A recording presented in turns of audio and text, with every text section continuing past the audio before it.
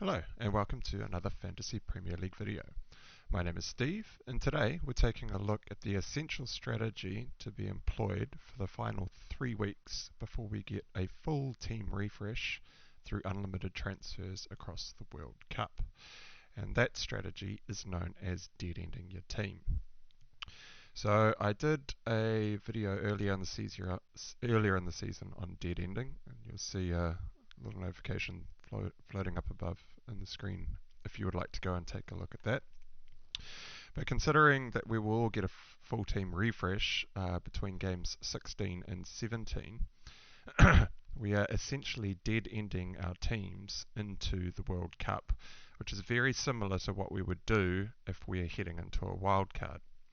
So typically, if you were playing a wildcard and you knew the date of the wildcard was, say, 1 to 2 weeks out, the last couple of transfers that you make into your team are short-term plays that can go for more aggressive or more riskier players, but more of a punt in our team, because these players do not have to remain in our teams for a long period of time. Now, I should also say that game week 16 should also be analysed with a bit of caution. So all of last year's top teams requested that they do not play each other in game week 16, and this is due to those teams being quite full of players that were very likely to be heading off to World Cup duty. And we can only assume that that's because, well, obviously these players don't want to get injured just before the World Cup, but it could also, it's kind of tricky. It's difficult to say how this is actually going to play out in game week 16. So obviously this means that all the top teams actually all have pretty good fixtures in game week 16. However, we're not entirely certain how those teams are going to line up for the final game week of the season before our team refresh. But also, most of these teams are all still in Champions League and Europa fixtures. So, Man City, Liverpool, Chelsea, Spurs, United, and Arsenal all have some midweek fixtures to play before the World Cup kicks off.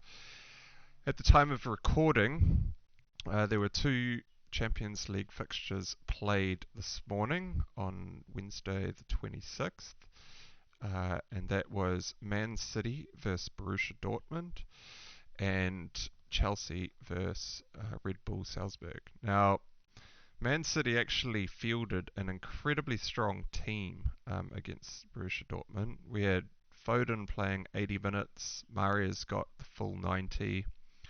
Haaland played the first half, but looks like he's actually come off due to a knock, so we'll have to take a look at that. Cancelo got 45 minutes, and KDB actually got a full rest. So when we're looking at the strongest teams with the run-in, not only do we want to obviously load up on their assets, but we have to be very careful which assets we actually look at jumping on, because rotation has already reared its ugly head, especially for my particular team in game week 13 with Foden, who I bought in for a hit this week, came off the bench and only played the last 20 or 30 minutes in the match, giving me a 1-pointer, which was part of the risk of jumping on these players for the final few game weeks. And so what I've done is taken a look at the last 3 game weeks of the season. We've got the Fantasy Football Scout ticker up on the screen, and we're trying to pick out the teams that we would like to prioritize for both attack and defense. Now, it's pretty hard to just go out and say, like, here's a few players that you should definitely look at or definitely not consider.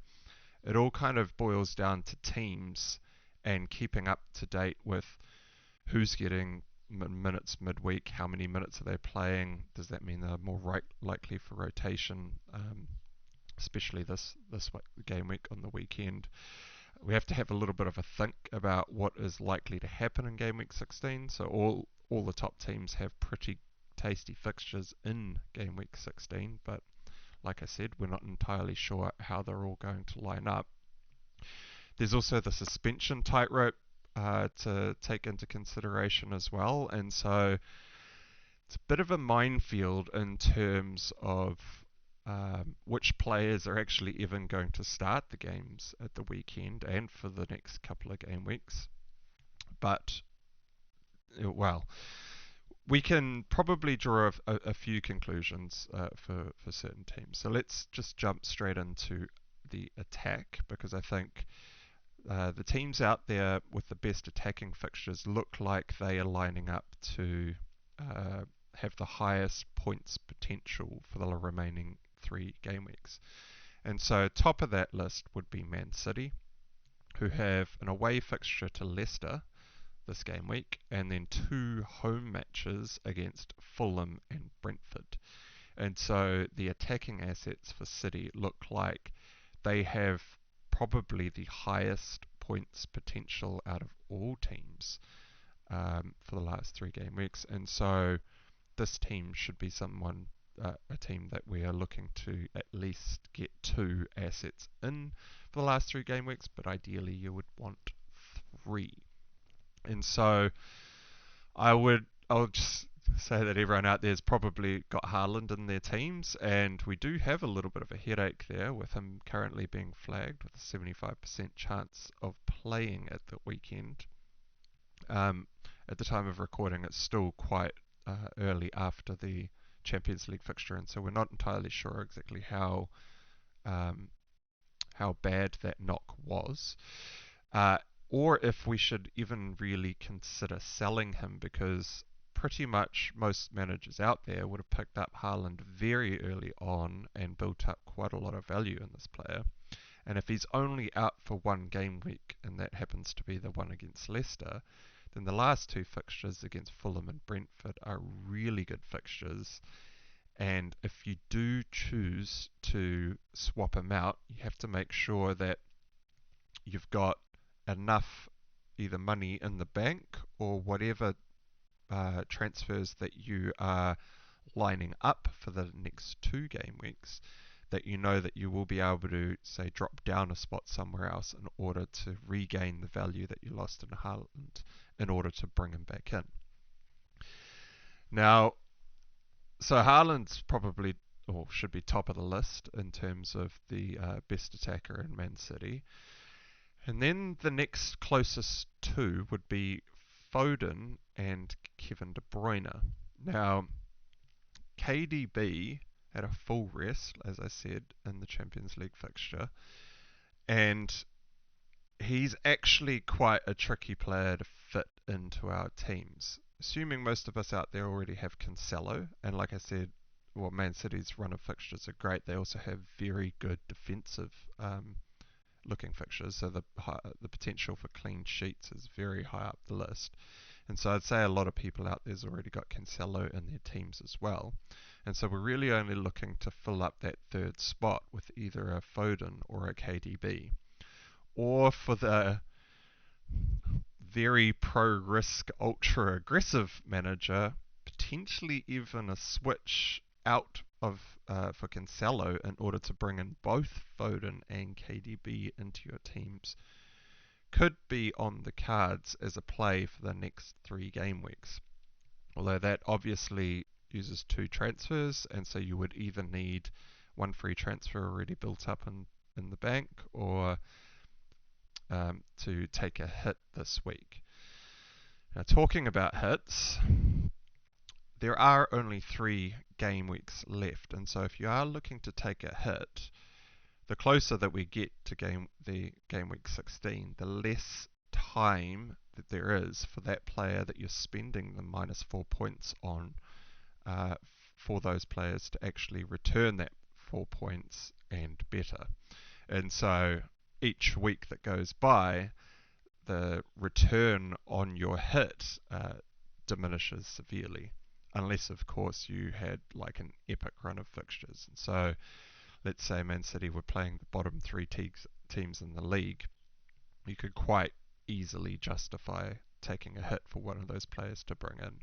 But as we'll see, it's actually quite a tricky selection of games to choose from for the last 3 game weeks. So for my particular team, I've already got Haaland, Foden, and Cancelo in, and so I'm not looking at bringing the likes of KDB in. Although I do have the money there to do that, as I have Salah in my team, it's still 2 transfers in order to drop one of the City assets to get KDB in. And then it comes down to whether or not you think KDB will outscore whichever player that I drop, or that you choose to drop from the City team, plus -4 points. So he has to outscore that other player by 4 points across the last 3 game weeks, assuming that your time horizon for bringing this player in is for the last 3 game weeks. So there are some strategies out there where you bring a player in this week and then swap him straight back out for the next week to just jump on potentially the best fixture each week running up until the World Cup. But in order to do that, you have to have a very strong rest of your team in order to make sure that, you know, typically you always want to be looking at transferring out the weakest players in your team that have got the lowest points potential. But if your whole team is lined up and looking really good for the last 3 game weeks, then you could look at doing kind of like a hokey cokey type of move, which is something I'm sort of considering at the moment for my particular team, but we'll go into that a little bit later. Next on the list of attack is probably Arsenal. However, their game in game week 15 is away to Chelsea. So they have a really plum fixture this week at home to Nottingham Forest. They then have 2 away games to Chelsea and Wolves to round out the first half of the season.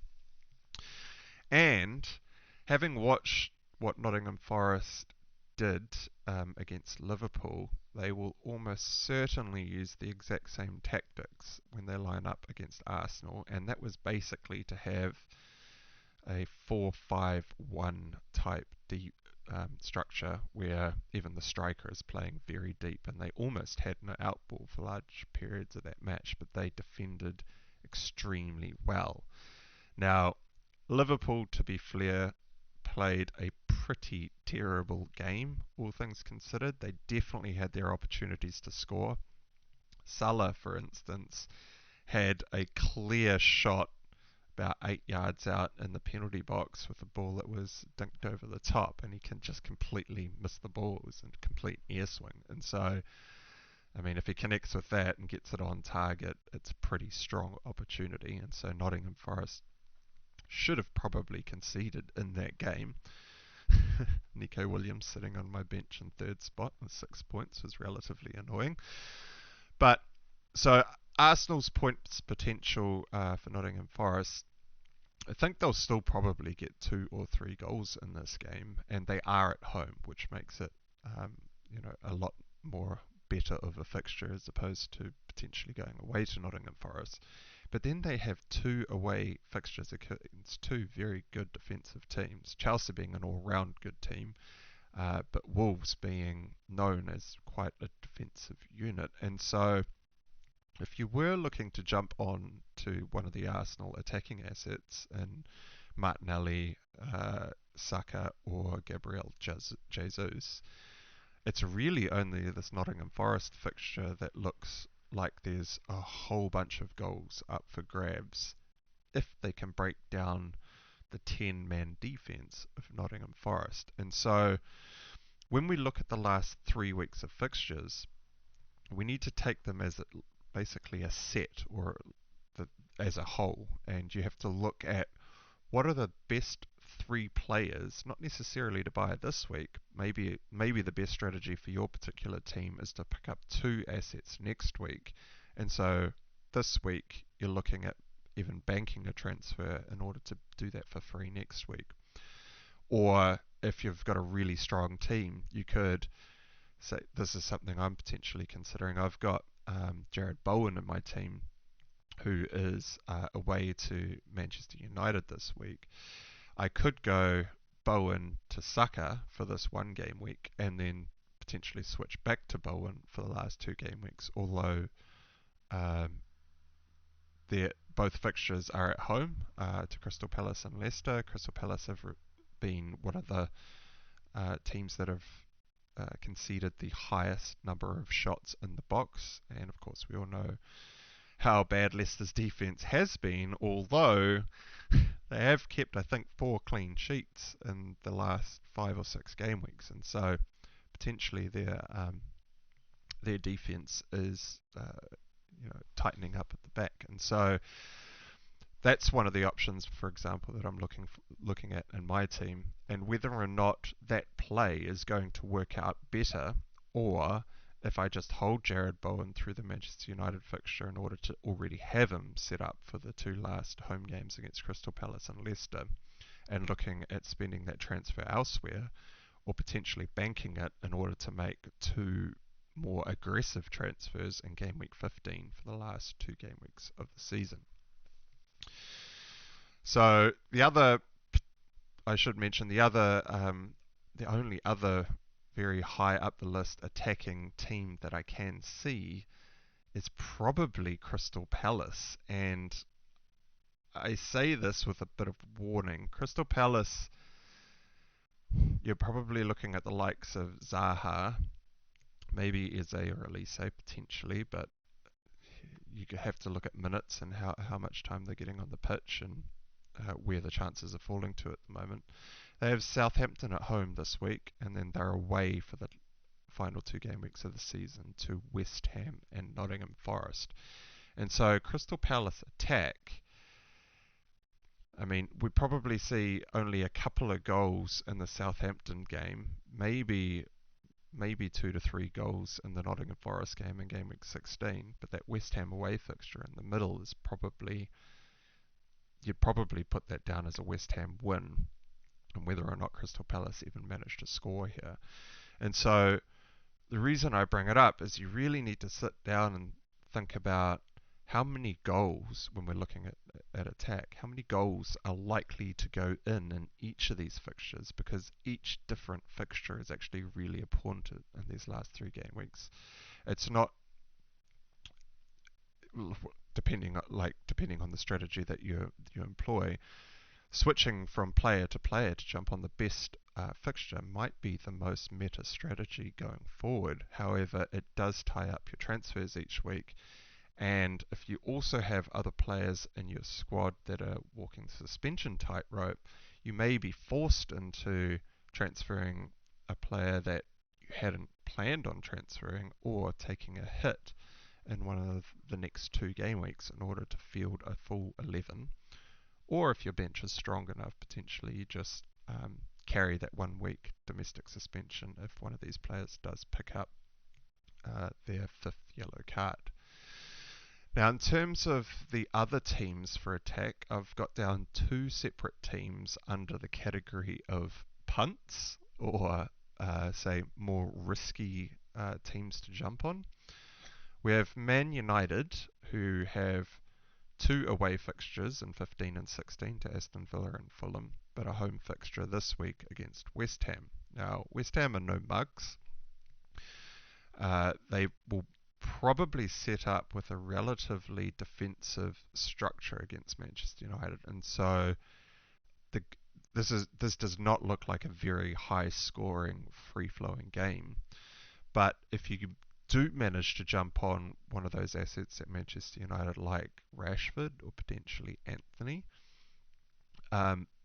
considering their very low ownership and the fact that you do not have to hold these players in your teams for very long, they become a lot more viable options if you are analysing this team and the opponents that they're coming up against, and see something in the matches that could bode well for these attacking players. The other team on the list under the punt category would probably be Newcastle.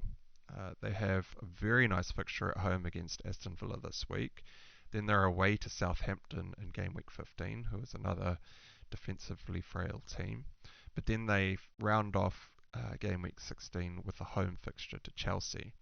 But like I said, in game week 16, we probably have to take a look at that one game week in isolation, given that it is the last game week and all the World Cup bound players will potentially be rested or potentially uh, be a little bit more cautious in that game so that they don't pick up an injury that, in the final game week of the season that, rules out their World Cup hopes. Varane, for example, in Manchester United went off with an injury that looked pretty severe in game week 13. He is out for the last 3 game weeks of the season before the World Cup, and then they will reassess. So he may be in contention for the World Cup, which is great to hear for the lad, because he was actually in tears when he was going off the pitch, as he thought his World Cup hopes were down and out. But that means that Manchester United is not now as defensively strong going forward, and so any team coming up against Manchester United could find more holes in the Manchester United defence than what we have seen in the last few weeks. And this is why the Jared Bowen trade is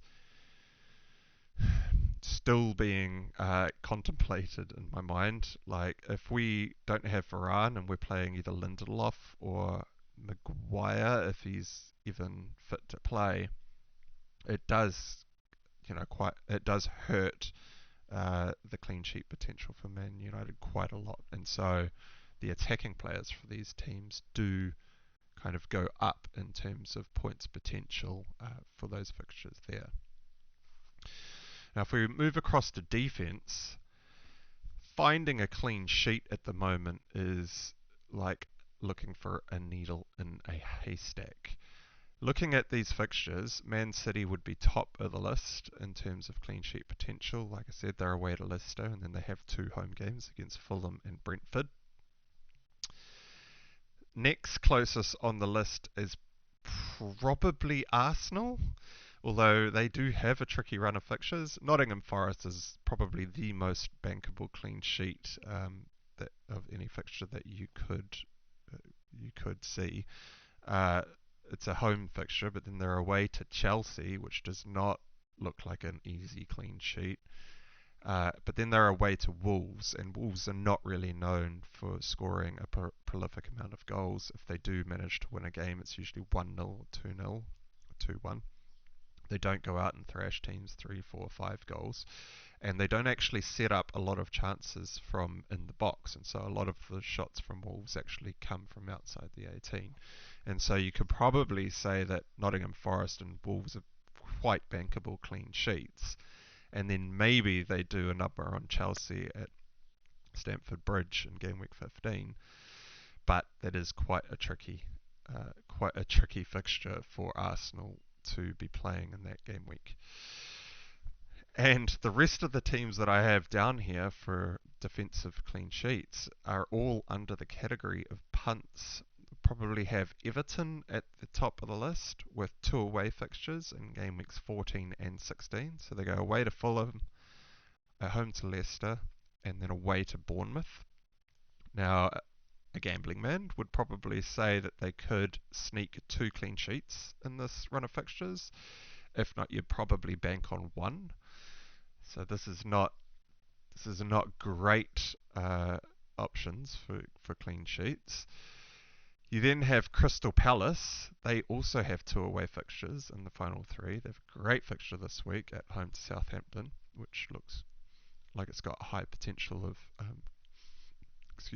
clean sheet. Then they're away to West Ham and away to Nottingham Forest. So that fixture away to West Ham is probably not that great in terms of clean sheet potential, but the game week 16 fixture at Nottingham Forest is quite a likely clean sheet for Crystal Palace. However, the caveat with Crystal Palace is they concede a lot of shots in the box, and so any of you out there that read into the XG and XA stats, you'll see that all those stats are calculated a lot higher when the shots are coming from in the box as opposed to outside the box. And for teams that concede a very high number of shots in the box, they're almost guaranteed to concede a goal per game. Manchester United make it on the punts list in terms of clean sheet potential, but they are even more punty with Varane out for the next 3 game weeks. They have West Ham at home and then 2 away fixtures to Aston Villa and Fulham. And then the only other team that you could potentially look at is Newcastle, who are at home to Aston Villa this week, which is a pretty good chance of a clean sheet. They are then away to Southampton, which is another pretty good clean sheet game for Newcastle especially. Newcastle have been playing really well over the last few game weeks, and so they could definitely get a clean sheet there. But then they have a home fixture to Chelsea in game week 16, and this is that fixture where we have to kind of see and guess as to what might be happening in terms of rotation for that final game week before the World Cup. But apart from that, it's pretty slim pickings. It's pretty hard to find some very good defensive options out there. It's super tricky. You could double up on someone like Man City, but then you take away your higher ceiling players from the attack, who could, they could explode in all 3 of those matches, and so you really want to be prioritizing your attackers from Man City rather than your defense. Now, onto the suspension tightrope. So this chucks another headache in the mix for whatever you choose to do over the last 3 game weeks. If you have any of these players in your team, you may be chucked a bit of a curveball in terms of 1 or even 2 of your players could end up with their 5th yellow card in the next 2 game weeks, meaning they miss out one of the final 3 fixtures, which is a full third of points potential for these players. So Jesus, still sitting at 59.1% of player ownership, is on 4 yellows. So is Saliba at the same team for 31.6% ownership. Tony is at 28% ownership on 4 yellows. Fabian Schär, owned by 12.2%, 4 yellows. Dallo at Manchester United, owned by 10% of managers. That was quite surprising. I didn't actually realise he was quite that high up the list. He's on 4 yellows, and so is Guehi, who actually surprised me again on how low his ownership is, as he seems to be in a lot of teams for known content creators out there. He's only down at 3.6% of ownership across all FPL managers, but he is on 4 yellow cards. Then a couple of just 2 notable mentions on the players that are sitting on 3 yellows, as they could pick up a yellow card in game week 14 and 15. As what Madison did, he went 3 game weeks back to back, getting yellow cards on each game week in order to be suspended for that game week 12, so it does happen. Mitrovic is owned by 26.4% of all players. He's sitting on 3 yellows, and so is Kane at 22.7%. So if either of these 2 players make it through game week 14, they're fine for the rest of the World Cup. You could jump on them, no holds barred, because obviously the earliest that they could serve a suspension would be game week 17, and we just deal with that across the break. Does also mean that, any of these players on the list of 4 yellows and 3 yellows does add risk to your team for the last 3 game weeks if you are looking to bring someone in. So if you were looking to bring in the likes of maybe Jesus or Saliba for that really tasty fixture against Nottingham Forest, unless you're planning to play them just for 1 week and then sub them straight back out, they could throw a bit of a curveball towards you and either force you to play one of your bench members or instigate a hit in game week 15, which, as we get closer to the World Cup and number of game weeks remaining diminishes, there is less game time for these players to pay back the -4 points. And so if you are looking at taking hits and it does work out for you, Game week 14 is probably the best time to do it, as you have a full 3 game weeks for these players that you bring in to pay back that minus 4 points. This is why I took a hit last game week. It gave me a free transfer up my sleeve in order to deal with 2 of my players that are currently sitting on 4 yellows. But it also gave them a full 4 fixtures in order to pay back that minus 4 points. Now, speaking of my team, we'll do a bit of a game week 13 review. I got 1 point below average, but I did take the hit, which is minus 4 points, and so my overall score was 46 for the week. That dropped me 400,000 places, as the positions at my rank at the moment are very tight. 4 points is a lot of rank at the moment. And unfortunately, Kane's header at the back post against Newcastle cost me 12 points, as I've gone all in on Newcastle defence. I brought in Fabian Schär 2 weeks ago for a final 5 game week play, as I saw Newcastle as the top team with the highest likelihood of getting 3 clean sheets across the last 5 fixtures. So when I bought in Fabian Schär, they got a clean sheet in that game week, so that was one of the ones that I was banking on. Last game week against Tottenham was not one of the clean sheet games that I thought they would pull. They were very close to doing it. Would have been a massive green arrow for me if they did, but unfortunately Kane nabs a header at the far post to give Pope, Schär and Trippier all 2 points each. Trossard, who I sold for Martinelli this week, somehow hits a miracle shot from outside the 18-yard box at very savable height near post for Edison, who, I don't know how he didn't save this, but that wrecks the clean sheet for Cancelo. Martinelli, as I said, who came in as part of my hit for Trossard out and Zaha out, for Martinelli in and Foden in. So Zaha didn't do anything in the game week, and so that trade there was alright. But Foden started on the bench, which I should have considered a lot more seriously last game week, although all things considered, he is one of the most consistent starters in the Man City team. He was due a rest. Picking when that rest was likely to happen is pretty hard going, especially with Pep Roulette. Comes off the bench and gets me 1 point.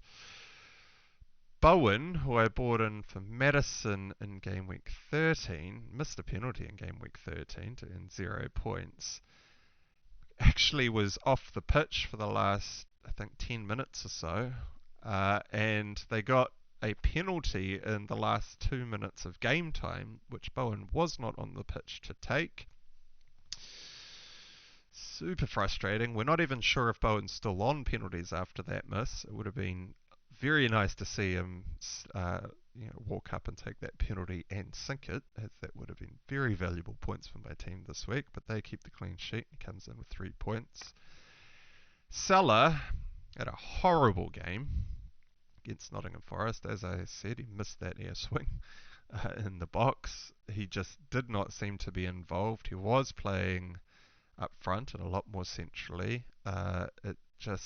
With the subs that they had to make, with Curtis Jones playing in midfield, no Thiago, Trent Alexander-Arnold out, it just wasn't gelling for Liverpool, and so very frustrating 2 points there. Salah has not come through for me since I've brought him in, apart from that goal against City, which was great to see. But these fixtures that are going by are the ones that I was really hoping on him to bring points in for me. Captained Haaland for his 2 goals, which is awesome to see. I don't know how he didn't get awarded a penalty prior to the penalty that he did actually take. The first penalty shout was way more of a penalty, with the keeper coming out, sliding aggressively, like lunging actually at Haaland to try and get the ball with his foot, and his foot full on catches his ankle and takes Haaland out, and somehow does not get given a penalty for that. Otherwise Haaland could have had yet another hat-trick for City. But thankfully we captained him and didn't go across to Salah, who had a very tasty fixture. I thought there was very little in it between these two leading into the game week, and I'm very happy that I managed to stick with Haaland and captain him. Tony didn't have very many opportunities at all in his game at the weekend, and Mitrovic scores again. The man just played phenomenally well. He's well back from his injury. Does not look like he's carrying that injury at all anymore. And he comes in with the 6 points. And unfortunately, my bench did amazing. We had Andreas with 10 points, his first sub. Totti, who is currently flagged and hasn't played for a couple of game weeks, and Nico Williams with a miraculous clean sheet, 6 points, sitting on my bench in third spot. If we have a little look at what my team is looking like for game week 14, I have the triple Newcastle defence at home to Aston Villa, which is a great fixture for Newcastle, as I said. I'm really hoping for a clean sheet there. So that's swift 12 points into my team, plus the 2 points for appearance and whatever bonus they may be able to pick up. Cancelo, Foden and Haaland are all away to Leicester, although Haaland is currently flagged, so we will need to keep an eye on what is happening there. I will almost certainly not be selling Haaland even if he is not fit for this game. I will more than happily play Andreas and hold on to the value that's stored up in Haaland, as I currently have 0.0 million in the bank, which is another reason why I needed to take a hit in game week 13, because I only had exact funds to do the moves for Martinelli and Foden in, and price changes were a factor. I think Foden was going up in price, and I would have been completely priced out of the deal and wouldn't have been able to get him in until about game week 15 if I had left that. We have Martinelli at home to Nottingham Forest, which is a really great fixture for him. Salah at home to Leeds is another really great fixture if Liverpool can pull thumb and actually play some very attacking, fluid football. It will really depend on whether or not they are having to play the likes of Curtis Jones and whatnot in midfield as to whether or not enough ball will get through to Salah. But Leeds is a very good attacking fixture for Liverpool. We have Bowen away to Manchester United. Now, he was potentially going out of my team. However, with the injury to Varane, I think I will probably hold him for this game week and hold him for the last two really good attacking fixtures in game weeks 15 and 16. Tony has a tricky fixture at home to Wolves. It is at home, which does boost his points potential, but like I said, Wolves are a very defensive outfit, especially away from home. They set up quite defensively, and so we keep him in the team. Tony and Mitrovic have, well, Tony's got a really tricky game, game week 16 away to Man City, and like I said, this game against Wolves is not the easiest fixture, even though it is looking as a green 2 fixture on the fixture ticker. It isn't that great against Wolves. They are quite defensive, but he does go away to Nottingham Forest in game week 15. So we're looking at a 2-week hold for Tony. Mitrovic has got his last good fixture this week at home to Everton, and then he's away to City, and then at home to Manchester United to round out the couple of game weeks.